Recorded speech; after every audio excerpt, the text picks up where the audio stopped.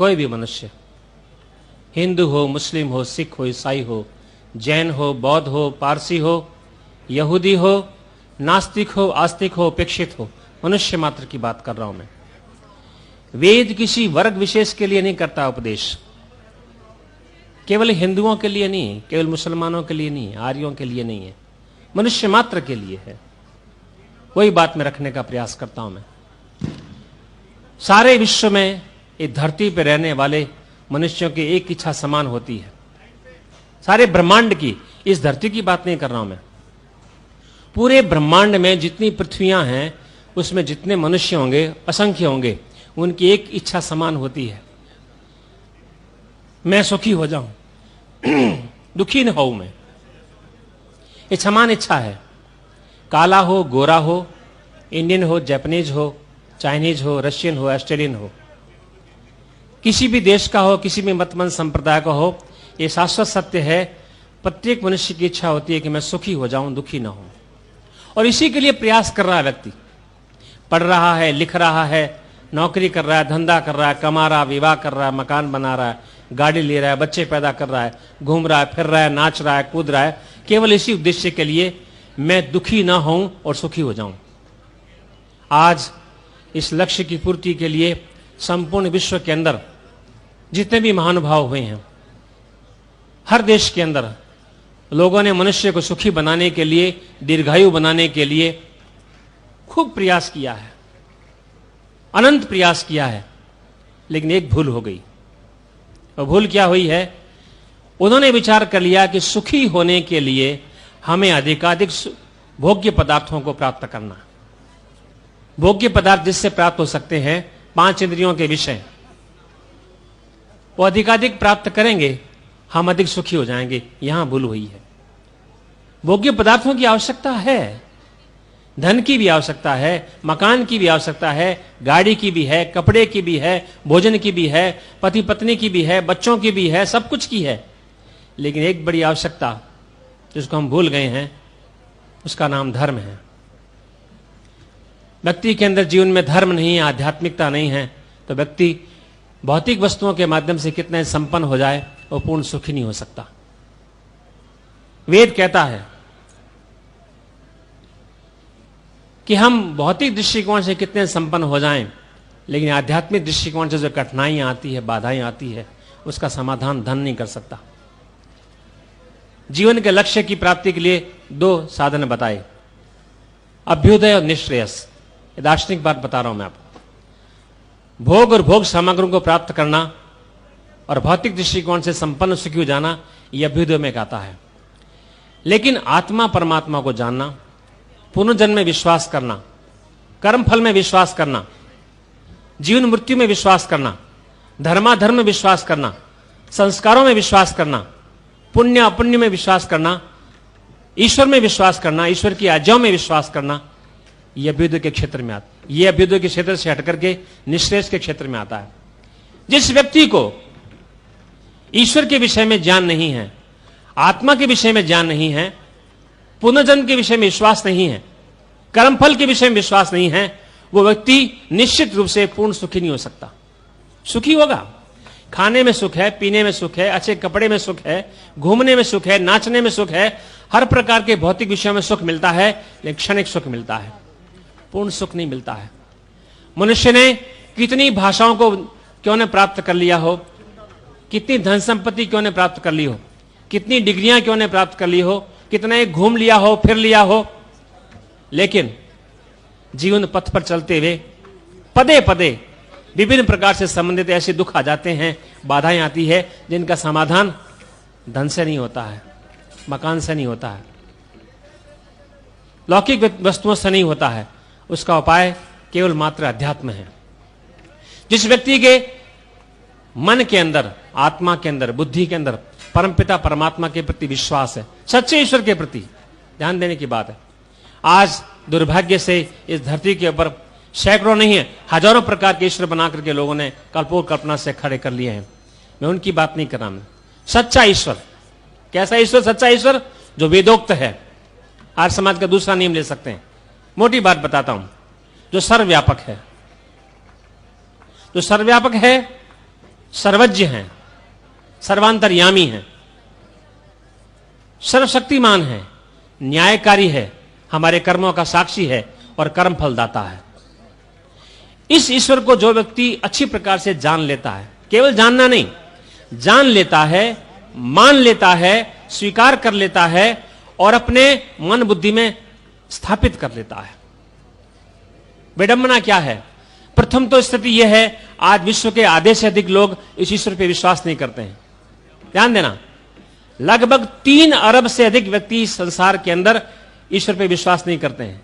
ये चीन भरा पड़ा है, चीन है, रशिया है, यूगोस्लोवाकिया है, जितने भी देखिए आप हमारे देश में मिलेंगे, करोड़ों व्यक्ति इस भारतवर्ष में मिलेंगे आज भी जो कहते हैं हम ईश्वर पर विश्वास नहीं रखते हैं। जो आधे रखते हैं उनका ईश्वर जो है वो अपूर्ण है, सच्चा नहीं है। केवल मात्र वेदोक्त ईश्वर जो है, उस वेदोक्त ईश्वर को ठीक व्यक्ति जानता है, मानता है, अपने जीवन में स्थापित करके उसके अनुसार चलता है, उसके जीवन में पूर्ण सुख की प्राप्ति हो सकती है और नहीं हो सकती है। महानुभाव, वैदिक ईश्वर की उपासना करने के लिए, आध्यात्मिक जीवन को अपनाने के लिए सबसे पहली महत्वपूर्ण चीज है कि हम उस ईश्वर को अपने मस्तिष्क में हर समय रखें। सभी व्यक्ति आ गए हैं, ना केवल हम किसी अन्य किसी मत संप्रदाय की बात कर रहा हूं, हम जो यहां बैठे हैं, आर्य लोग बैठे हैं, वैदिक धर्मी बैठे हैं, दार्शनिक बैठे हैं, स्वामी दयानंद के अनुयायी बैठे हैं, आर्य समाज को मानने वाले बैठे हैं, मैं उनकी बात कर रहा हूं। ईश्वर को केवल जान लेना पर्याप्त नहीं है, मान लेना पर्याप्त नहीं है, स्वीकार कर लेना पर्याप्त नहीं है। उस ईश्वर को अपनी आत्मा के अंदर, अपनी बुद्धि के अंदर हर समय बिठाए रखना अनिवार्य है। एक नियम है ईश्वर का, जितने काल तक हम ईश्वर को अपनी बुद्धि में बनाए रखेंगे उतने काल तक हम सतर्क रहेंगे, सावधान रहेंगे। ईश्वर से हमको बुद्धि मिलती रहेगी, ईश्वर से हमको मार्गदर्शन मिलता रहेगा। हम जो कोई भी कार्य करेंगे, हम जो भी वाणी बोलेंगे, जो भी विचार करेंगे, वो सारे के सारे विचार ईश्वर की ओर से प्रामाणिक होंगे, ईश्वर से पूछ करके करेंगे हम। जो व्यक्ति उस परमपिता परमात्मा को, जो सर्वव्यापक है, निराकार है, न्यायकारी है, कर्मफल का दाता है, कर्मों का साक्षी है, उस ईश्वर को अपने मस्तिष्क में जितने काल तक मन में बना करके बैठकर बनाकर उपस्थित रखता है, उसकी इच्छा के अनुसार कार्य करता है, उसकी प्रेरणा के अनुसार कार्य करता है, उसे प्रामाणिक होकर कार्य करता है, उस व्यक्ति के पास में दुख नहीं आ सकता।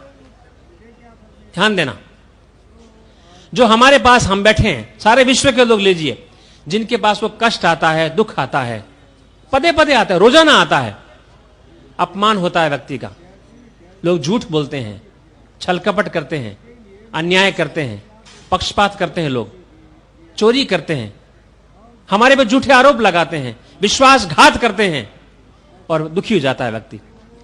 ये दुनिया में अनादिकाल से नियम चला आया है। संसार में इस प्रकार से काम होंगे, हुए हैं, वर्तमान में होंगे, आगे भी होंगे। कठिनाइयां आएंगी, बाधाएं आएंगी, कष्ट आएंगे, संकट आएंगे। इसका समाधान केवल अध्यात्म के माध्यम से है। जो व्यक्ति अपने मस्तिष्क के अंदर परमपिता परमात्मा को उपस्थित मानता है, कैसे? जैसे घर के अंदर हम अपने घर के अंदर माता पिता को देखते हैं, ऐसे ही घर में ये मान के चलें मेरे घर में ईश्वर बैठा है।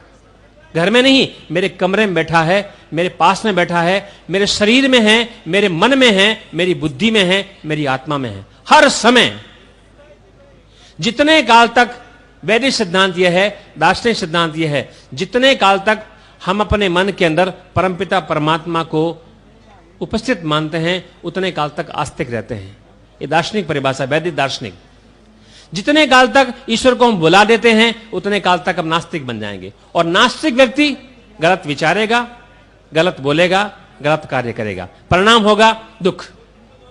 दुखों से बचना है, हम परमपिता परमात्मा को हर समय, हर पल अपने मस्तिष्क में रखना पड़ता है और ये भावना बनानी पड़ती है, ईश्वर मेरे पास में है, मेरे आगे है, मेरे पीछे है, मेरे दाएं हैं, मेरे बाएं हैं, ऊपर है, नीचे है, अंदर है, मुझे देख रहा है, सुन रहा है, जान रहा है। कोई भी कार्य मैं ईश्वर से छुप करके नहीं कर सकता। मैं कोई भी कार्य, हम अकेले में हैं, अंधेरे में बैठे हैं, एकांत में बैठे हैं, कोई हमको देख नहीं रहा है, मन में जो विचार कर रहे हैं हमारी पत्नी, हमारा पति, हमारे माता पिता, हमारे भाई, हमारे बंधु, हमारे घर का कोई व्यक्ति देख नहीं रहा है, लेकिन परमपिता परमात्मा हमको देखता है।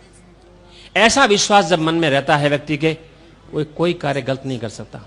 हमसे भूल ये होती है, हमने ईश्वर को माना तो है, जानने का प्रयास तो किया है, हम स्वीकार भी करते हैं, 1 घंटे के लिए करते हैं, 2 घंटे के लिए करते हैं, ध्यान के समय में करते हैं, सत्संग के समय में करते हैं, चर्चा के समय में करते हैं, भजन के समय में करते हैं, और कोई आध्यात्मिक कार्यक्रम के समय करते हैं, बाकी दिन भर ईश्वर को भूले रहते हैं।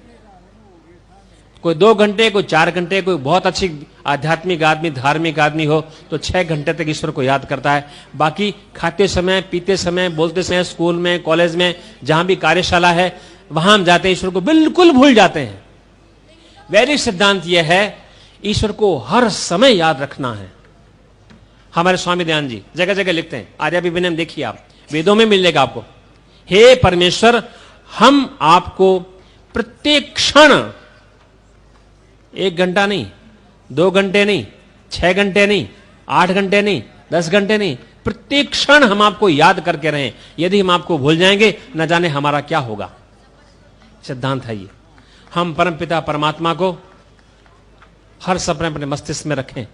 यदि मस्तिष्क में रखेंगे तो निश्चित बात है हम उस ईश्वर के माध्यम से विशेष ज्ञान, विशेष बल, विशेष आनंद की प्राप्ति कर सकेंगे।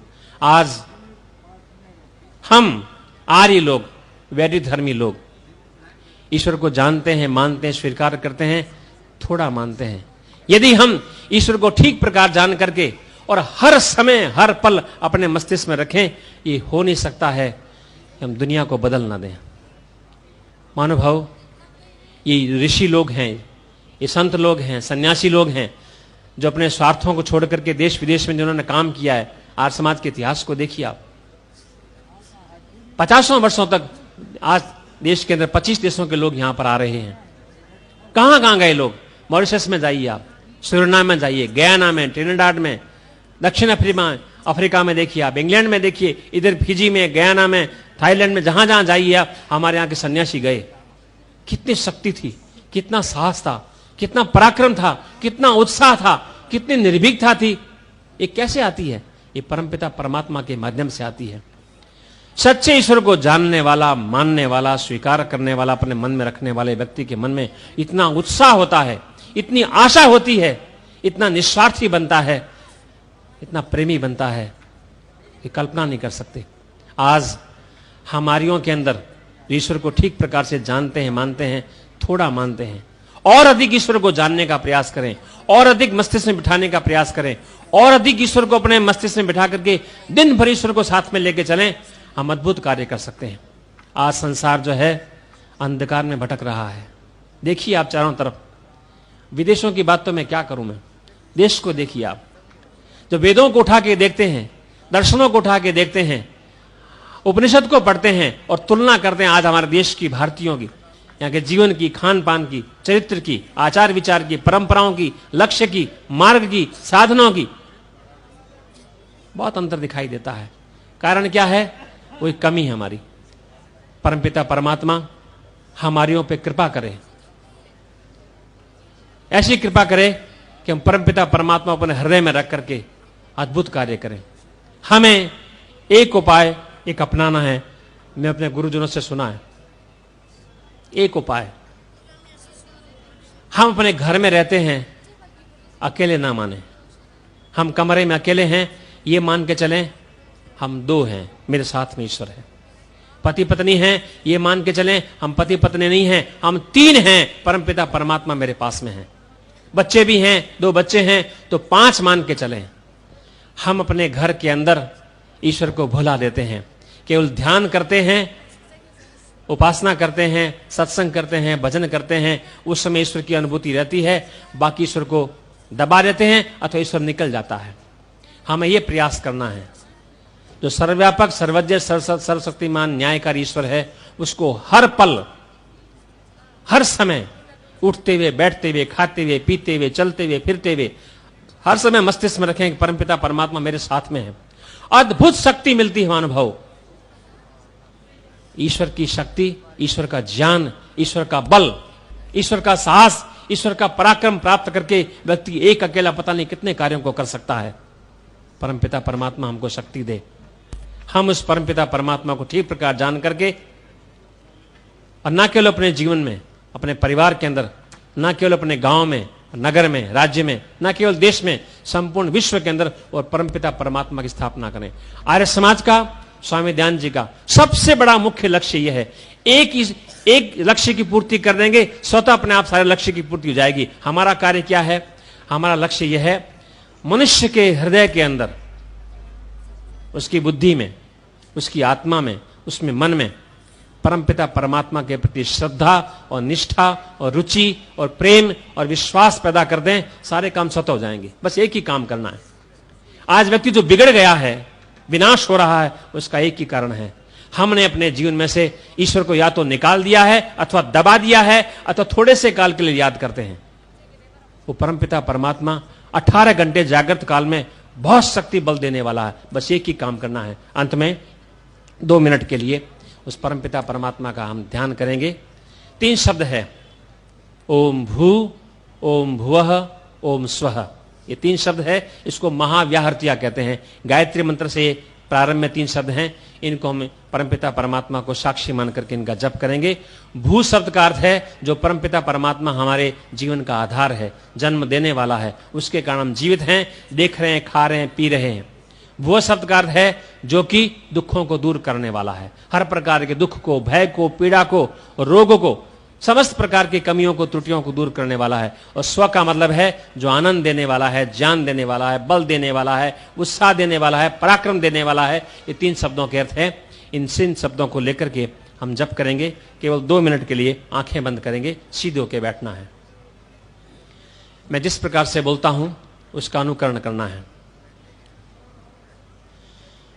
ओम भूर, ओम भूर, बोलिए 2 बार। ओम भूर, ओम भूर। आप सुनेंगे। ओम भुवः, ओम भुवः, बोलिए। ओम भुवः, ओम भुवः, सुनेंगे। ओम स्वः, ओम स्वः, बोलिए। ओम स्वः, ओम स्वः। आप सभी मिलकर के मेरे साथ बोलेंगे। 2-2 बार बोलना है। मन में भावना बनानी है, परमपिता परमात्मा मेरे अंदर है, मेरे शरीर में है, मेरे मन में है, मेरी इंद्रियों में है, मेरी बुद्धि में है, मेरी आत्मा में है। मैं उसमें डूबा हुआ हूं, वो मेरे में है, मैं उसमें हूं। ऐसा मन में भावना बनानी है, सच्ची भावना बनानी है। और इन 2-3 शब्दों को 2-2, 3-3 बार बोलेंगे हम, उसके बाद समाप्त करेंगे। अभी किसी समय किसी वस्तु का स्मरण नहीं करना है। आंखें बंद। हम कहां बैठे हैं, कौन सा स्थान है, कौन सा समय है, कौन से कपड़े पहन रखे हैं, इस बात की भी अनुभूति करनी है। केवल अपनी आत्मा को और आत्मा में बैठे परमपिता परमात्मा का स्मरण करना है। इसको कहते हैं भावना, ईश्वर प्रणिधान। प्रारंभ करेंगे।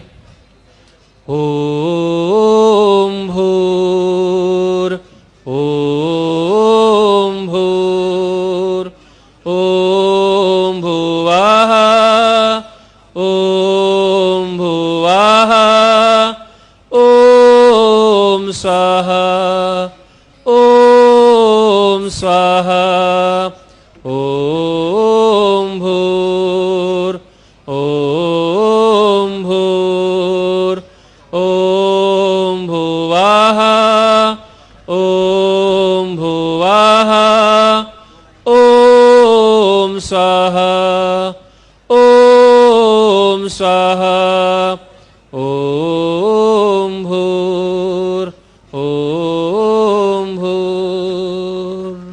अनुभव परमपिता परमात्मा जो हमारे हृदय में है, हम कभी कभी उसको देखते हैं, अनुभव करते हैं, बाकी समय भुला देते हैं। बस आध्यात्मिक रहस्य यही है, यही योगाभ्यास है, यही भक्ति है, यही पूजा है कि हर समय आंख खुलने से लेकर के आंख बंद होने तक हर समय मन में अनुभूति बनाए रखें कि परमपिता परमात्मा मेरे साथ में है, मेरे शरीर में है, मेरी बुद्धि में है, मेरी अंतःकरण में, मेरी आत्मा में है, और उससे मांगे हम।